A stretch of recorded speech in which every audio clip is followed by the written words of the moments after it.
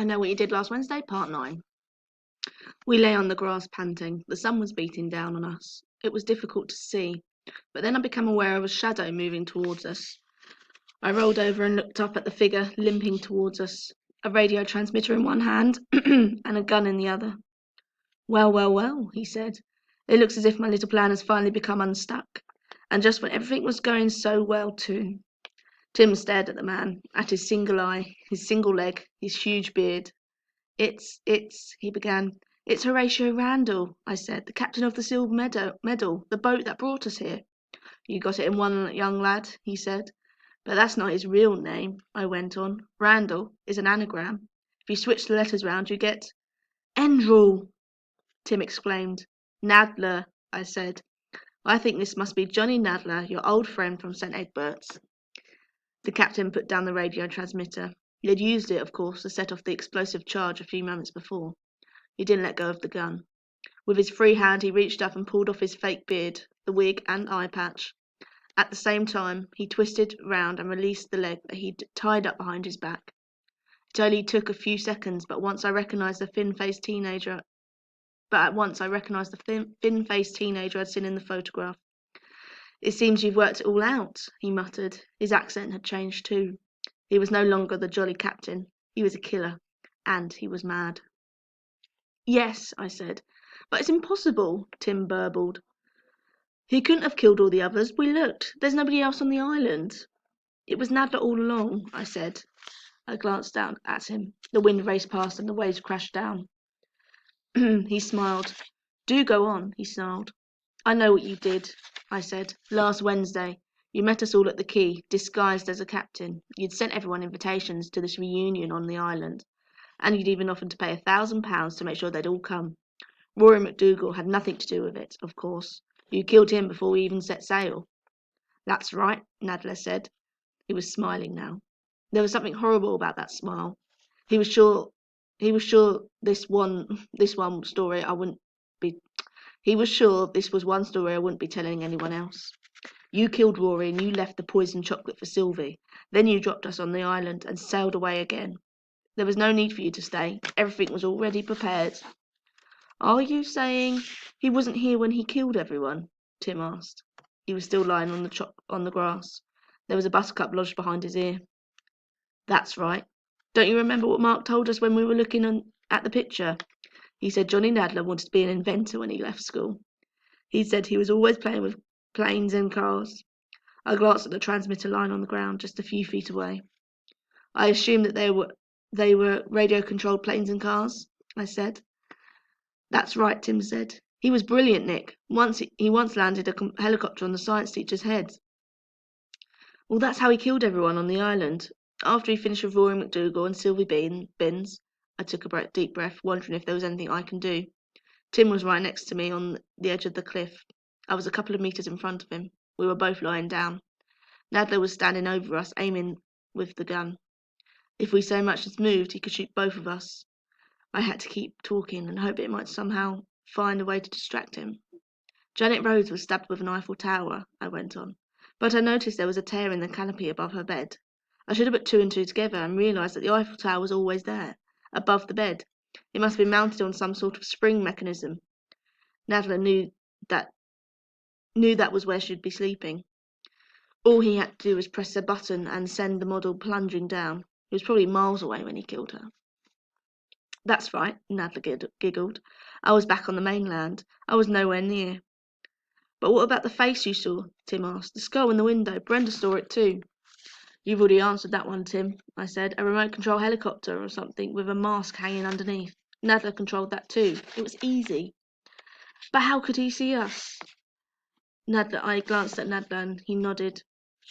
He was happy for me to explain how this one had been done. The whole island is covered in cameras, I said.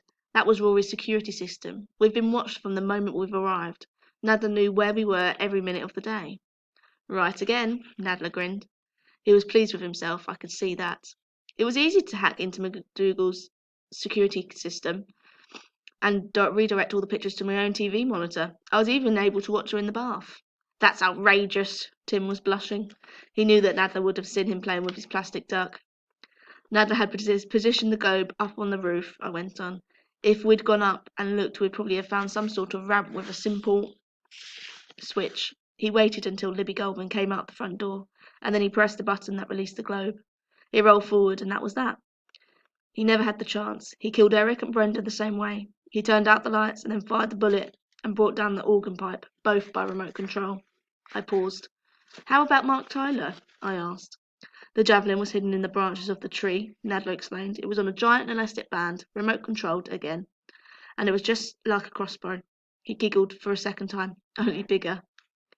Well, that explained the leaves. Some of them must have travelled with the javelin when it was fired. And that just left you, Tim, I said. Nadler had to wait until you came out here. Then he was going to blow the ground up from beneath your feet and watch you fall onto the needles below. And with you dead, his revenge would be complete. Revenge? Tim was genuinely puzzled. But why did he want revenge? We never did anything to him. I think it was because he came second, I said. I returned to Nadler. You came second in every subject at school. And the boat you picked us in was called the Silver Medal. I guess you chose that name on purpose, because that's what you were given when you come second. That's right, Nadler nodded, and now his face had darkened and his lips were twisted into an expression of pain. His finger tightened on the trigger, and he looked at me with hatred in his eyes. I came second in maths, second in chemistry, second in French, second in geography, second in history, second in music, second in sport. I even came second in needlework, even though my embroidered tea towel was much more beautiful than your brother's stupid handkerchief. It was a lovely handkerchief, Tim said. Shut up, Nadler screamed, and for a moment I was afraid he was going to shoot Tim there and then. Do you have any idea how horrible it is coming second? He went on. Saliva flecked at his lips. The hand with the gun never moved. Coming last doesn't matter. Coming fifth or sixth, who cares? But when you come second, everyone knows you've just missed. You've missed getting the prize just by a few marks, and everyone feels sorry for you. Poor old Johnny. He couldn't quite make it. He wasn't quite good enough. He took a deep breath. I've been coming second all my life. I go for jobs, I get down to the last two in the interviews, but it's always the other person who gets it. I went out with a girl, but she decided to marry someone else, because as far as she was concerned, I was number two. When I've tried to sell my inventions, I've discovered that someone else has always got there first. Number two, number two, number two. I hate being number two. And it's all your fault, he pointed at the gun at Tim. And now the fury was back in his eyes. It all started at St. Egbert's, that hateful school. That was where I started coming second, and that was why I decided to have my revenge. You all thought you were clever beating me at everything. Well, I've showed you. I've killed the whole lot of you, and done it in exactly the way you deserved. You haven't killed me, Tim explained. I didn't think it was a good idea to point this out. Nadler steadied the gun. I'm going to do that now, he said. Your body will still end up smashed onto the needles, so everything will have worked out the way it was meant to. He nodded at me. I'll have to kill you too, of course, he continued. You weren't meant to be here, but I don't mind. You sound too clever for your own good. I'm going to enjoy killing you too. He took aim. No, I shouted. He fired at Tim. Missed, Tim laughed, and rolled over to one side. He was still laughing when he rolled over the side of the cliff. Tim, I yelled. Now it's your turn, Nadler said. I closed my eyes. There was nothing I could do. There was a long pause. I opened them again. Nadler was still standing, but even as I watched, he crumpled to the ground.